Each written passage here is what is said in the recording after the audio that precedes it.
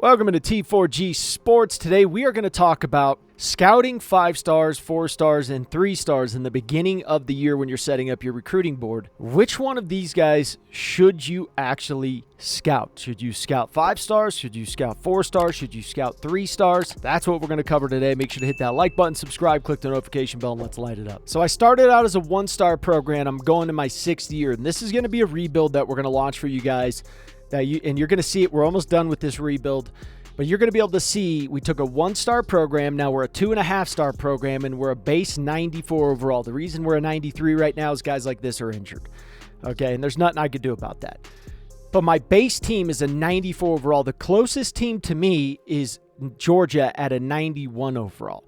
Everyone else, I'm close to 6 overall points higher than almost every other team that's even good.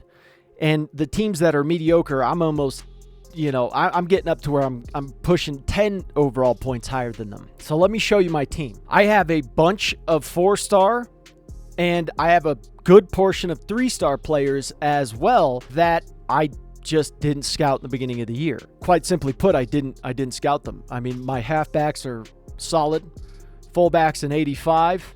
Wide receivers, fantastic. I have a good ladder technique system here where my older guys, they've gotten good.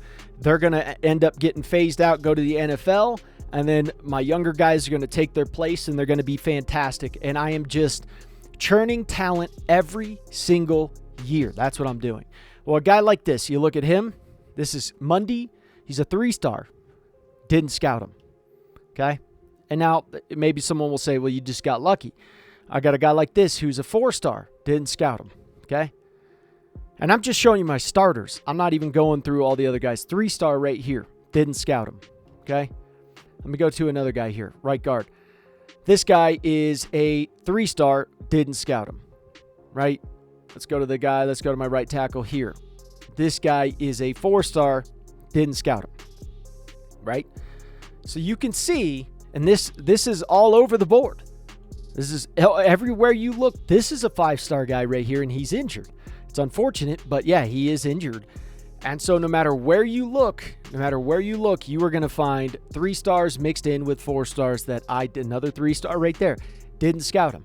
So everywhere you look at my linebackers. I got 3 seniors that are phenomenal.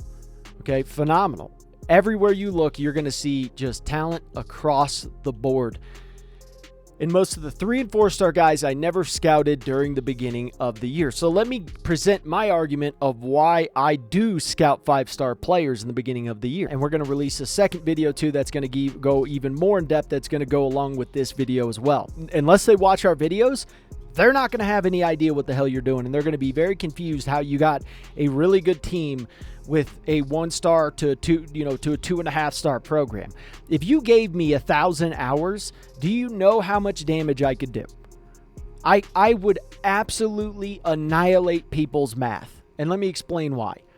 I am going to pay a premium cost for a player that I know is a premium player. I'm not going to pay a premium cost for a player that is not guaranteed to be a premium player. I want a 5-star. Of course I want a 4-star gem, but I'm not going to try and search out for a 4-star gem because it doesn't make sense. Okay, let me show you why. The 5-star guys here, there's 32 of them, right?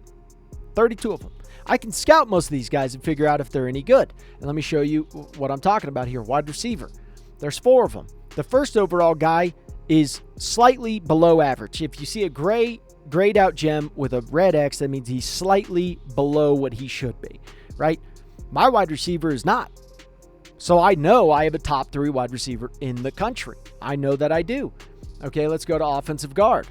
I know my offensive guard is truly number 1 in the country. I know he is really good. Certain guys could be close to him, sure, but I'm going to pay for this because I don't care about the other guys that I'm like, hey, there's a 4-star gem out there, and yeah, he's going to be as good. No, I'm paying for the guy that I'm like, I don't need to worry about all those guys. I only need to worry about one guy.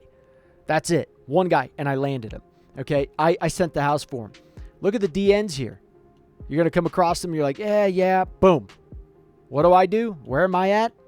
I'm number 1 because I am dumping the house on this guy because I know he is the number 1 D end in the country. And all I had to do was scout through these D tackles. And there you go. It was that simple. or DN, sorry. D tackle. I got the #1 player in the nation. Look at this guy. Why am I going to fight for him? No, anyone else can fight for him. Go ahead, fight for him. I don't care.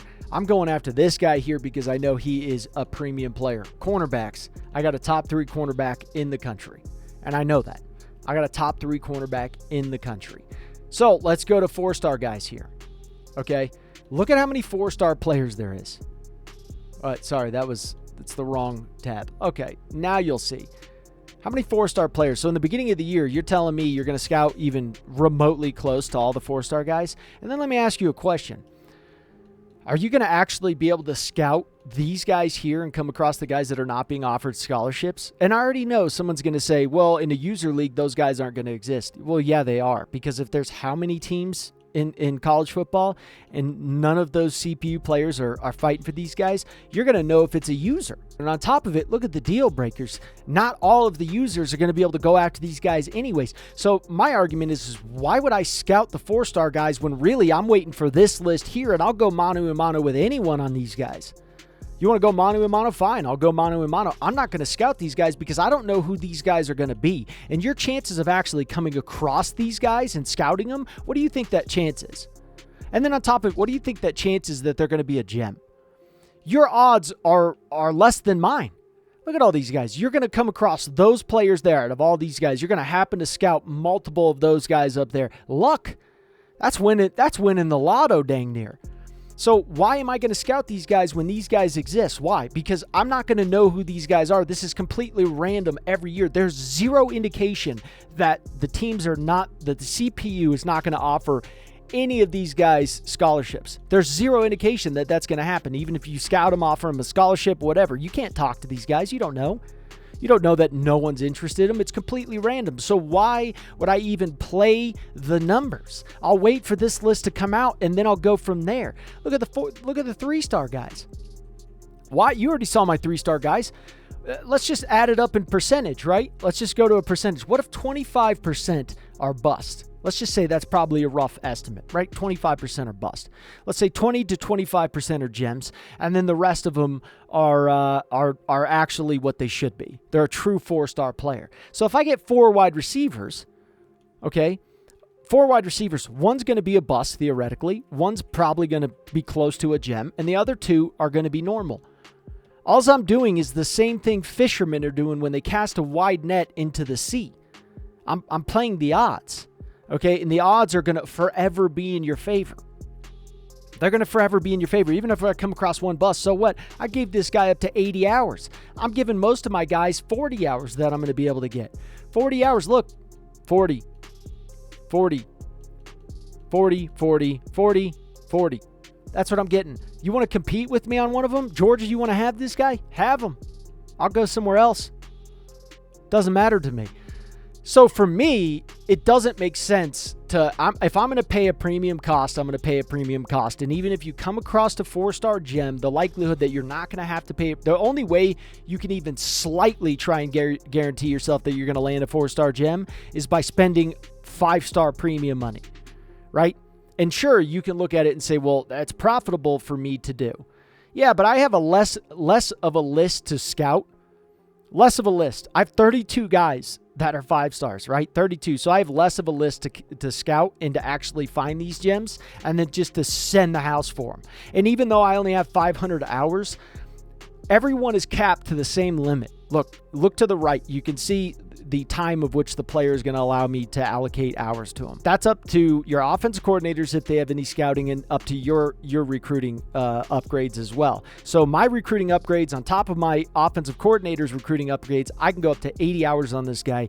I am probably going to have more hours than majority of the guys out there, even if they have 1,000 hours a week. You still cannot compete with me by the time you even get close. For majority of the players, if we're just looking at an average, you could be Ohio State, you could be Georgia. Trust me, I do this all the time. I could put 80 hours on this guy and then maybe Georgia or someone else could do 65. And then I'll schedule them for a visit, and I'll just keep stacking the odds, and then I'll do hard sell, I'll do a soft sell, maybe even throw in a sway if you can get that opportunity. And then even Georgia, Ohio State, and the big boys still cannot compete with you. And that means other users would still struggle as well to compete with you, because they're going to go, how does he have 500 hours and yet he's still landing these 5-star guys? Well, for one, I have a smaller list. I only have 32 5-stars, and most of them don't even, 10 of them will actually are even considering me or open to talking to me. So it's a lot easier for me to scout them. I don't know who's going to be the guys that are not getting offers on the 4-stars. I have no idea who those guys are going to be. I'll never be able to guess that. There's no way. It's completely random. So to me, it doesn't make sense to even scout the 4-star guys or the 3-star guys. It just doesn't make sense. I'd rather go after the 5-stars. So I want to dive a little bit deeper into the allocated hours that the player gives you individually. So if I have 80 hours, we already showed you how to get insta commits. Most guys do not have 80 hours. Okay, they just don't have it. Most guys, even big programs, there's no guarantee that they're going to have those 80 hours, because then they have to hire an offensive coordinator. They have to hire the right offensive coordinator. So what I'm going to do is, if I give this guy 80 hours a week, even if you're Ohio State, you're Georgia, Alabama, any one of them, think about this. If I give him 80 hours a week, okay, I don't give him a scholarship right away like we talked about the instant commits. I then become first on his board because I'm allocating more hours towards him than what the other guys can allocate, because even if they have 1,000 hours, I can spend more of my 500 hours than they can spend of their 1,000 hours, and that's why I win.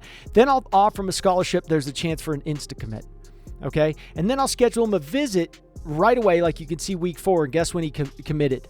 Week 4. So I got a second opportunity for an insta-commit. If I can turn that and get those hours back to me on top of that, then I could go after even more dudes and even compete with Georgia, Ohio State, and any of the other guys. And so what I'm doing is I continuously stack the odds in my favor. And like I said, I have a smaller pool of guys that I have to try and scout.